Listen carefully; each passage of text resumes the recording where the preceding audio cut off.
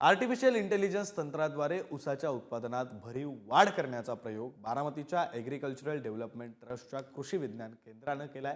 राज्यातील 1000 शेतकऱ्यांच्या शेतावर हा प्रयोग सध्या करण्यात आलाय। यामध्ये आर्टिफिशियल इंटेलिजन्स तंत्राद्वारे 120 ते 160 टनांपर्यंत एकरी उत्पादन करण्याचा प्रयोग सध्या शेतकऱ्यांच्यासाठी महत्त्वाचा प्रयोग असून त्या ठिकाणी शेतकरी गर्दी करतात। याचा आढावा घेतलाय आमचे प्रतिनिधी जयकुमार जाधव यांनी।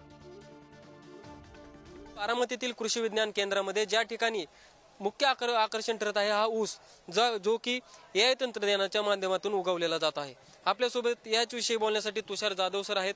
सर, मला सांगा नेमके एआय तंत्रज्ञानाचा वापर कसा केला आहे? सर्वप्रथम सर्व शेतकरी बांधवांना नमस्कार।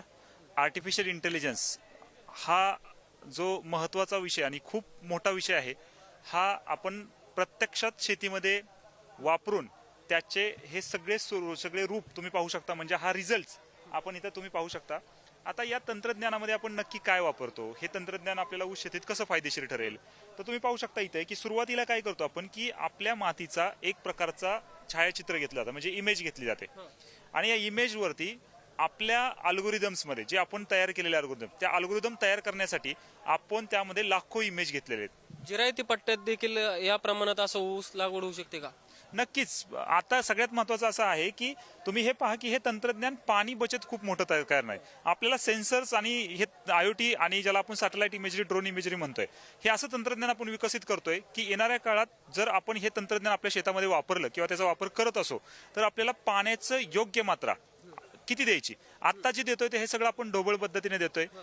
ते न करता ह्या तंत्रज्ञानाला जर जोड दिली आपण तर योग्य पाणी, योग्य वेळ आणि पिकांच्या अवस्थेनुसार आपल्याला देता येईल। शेतकऱ्याला तरी साधारण एकरी खर्च किती येणार आहे ही जर टेक्नॉलॉजी वापरायची म्हणून? आता या खर्चाचं वर्गीकरण केलं तर आपण हा प्रकल्प, पथदर्शी प्रकल्प महाराष्ट्रातील 1000 शेतकऱ्यांच्या शेतामध्ये राबवलेला आहे आणि त्यामध्ये फक्त 10,000 रुपये प्रति फार्मर म्हणजे 2 एकरासाठी आपण घेत आहोत।